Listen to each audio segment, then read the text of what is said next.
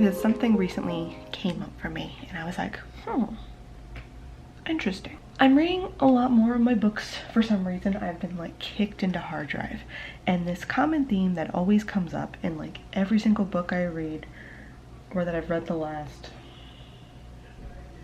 however many months, so the Dark Goddesses book, the current book I'm reading by Damien Echols, and then I'm also reading a couple of other books that dilly-dally with like improving your life, using magic to do so, how to tap into magic, how to tap into your shadow, like all of these topics, right?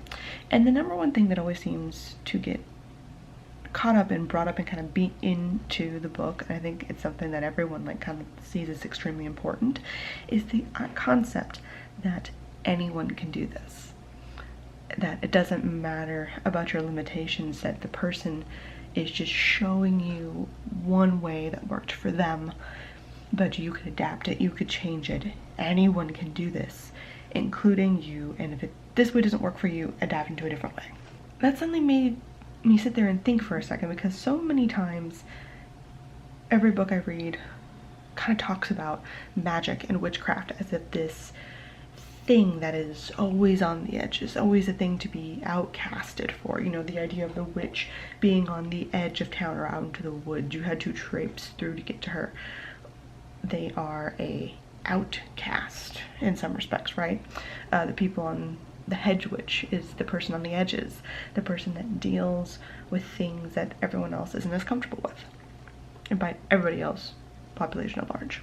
But if anyone can do magic, then everyone can do magic. So what would happen if suddenly being a witch wasn't a fringe thing?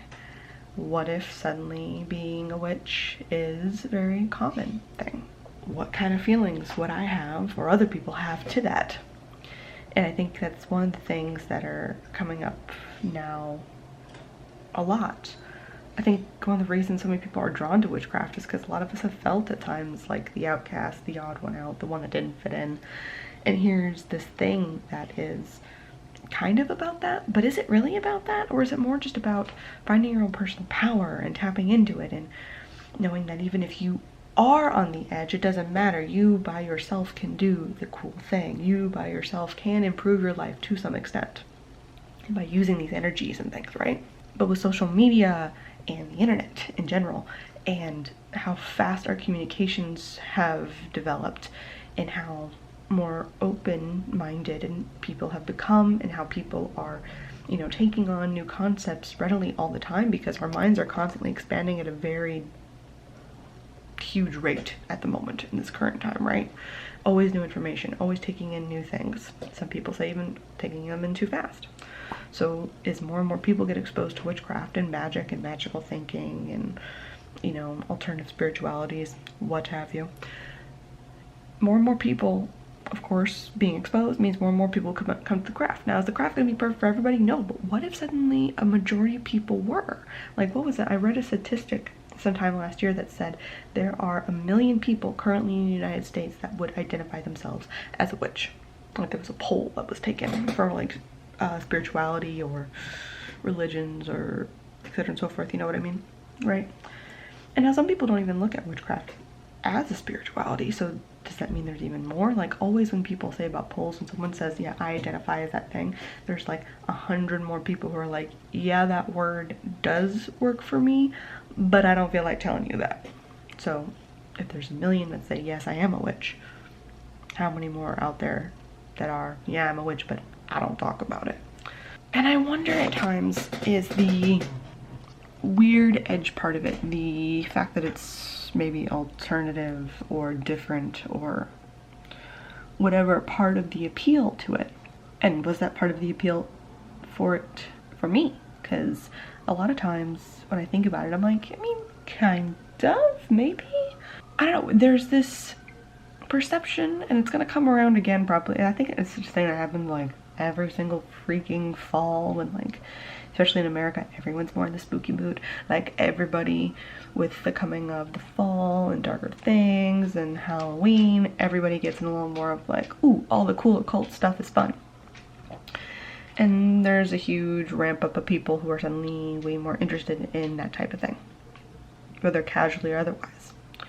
And then of course a whole bunch of people get irritated with, like, you're just casually interested in this thing that's sacred and important to me. And while I do think there should be a wall or a limit for people to sit there and go, hey, I shouldn't haphazardly use this or make fun of this or, you know, go too crazy with the thing because it's important to people and sacred to people, in using it for random entertainment or ill, or you know what I mean, like just being too casual with something to the point you're disrespectful, never a good thing. But I was watching a couple different videos talking about casual interests, you know, the idea of casually being interested in a show, in fandoms, or casually being interested in something. And why is that so demonized, right? Like, why is it that everyone kind of like rags on people now when someone is just casually interested in a thing? Oh, I'm sorry, I don't know every single detail about that comic book, or I don't know every detail about that show, or about that hobby, or about that spirituality. I don't. It interests me and I'm exploring. Is it maybe because people exploring are being disrespectful?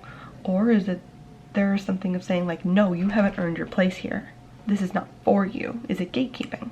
And I think it is a lot of gatekeeping. I wonder what is such the pushback with a casual interest in witchcraft or a casual interest in alternative spiritualities.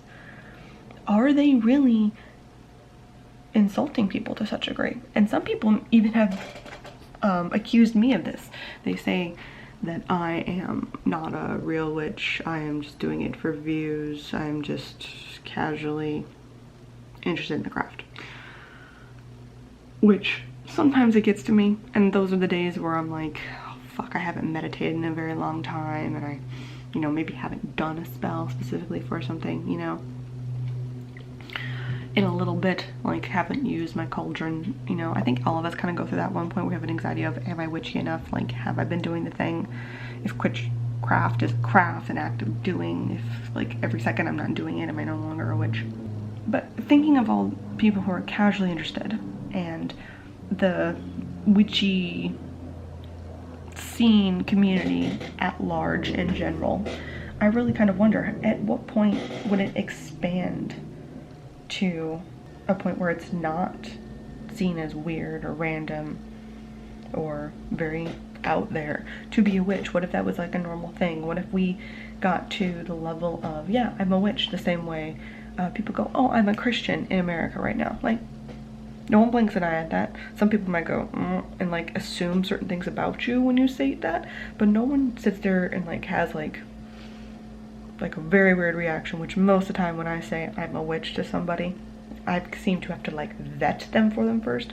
Like, I would be amazed if I ever got to the point where I never felt like having to vet people a little bit, because I just don't want to deal with the bullshit and the random questions, right? But then, does it become less valuable if it's less rare? I don't think so. Is that what so many people are afraid of? The people who are gatekeeping in so many ways, when they say you're not a real witch, or you're not a real witch if you don't do this, or you're not a blah blah blah if you do that. Are they worried they will no longer be special? Because if too many people come in and do the thing, then like it's not theirs anymore. But it never really, it was 100% yours. Your craft is yours, your spirituality is yours, your journey is yours. And no one has any right to tell you how to do or not to do it. But by that reach, you don't have any right to tell anyone how to do or not to do things either, right? I don't know. I kind of wonder, with each expansion of information, technology, what have you, like, is it going to reach to a point where more and more people, like, will we ever be in the majority? Or is it that it's just a whole too crazy, too rare, there's too many options, there's no way for anyone to hold a quote-unquote majority entirely in future society with any faith, religion, lifestyle, what have you, because there's just too many options and people specialize too much, you know? My craft isn't going to look anything like another witch's craft. Might have some semblances of the same thing, but there's definitely going to be a lot more differences. And as it expands and different people tap into different things, bringing their different life experiences, their different associations, it's going to get more and more vast and different. So I don't know, I guess it's just an interesting concept, especially when thinking about the future, the idea that there could be a time when being a witch and tapping into these things becomes so, oh, okay, it's like so natural in society that you would of course run into a bunch of different witches on the street.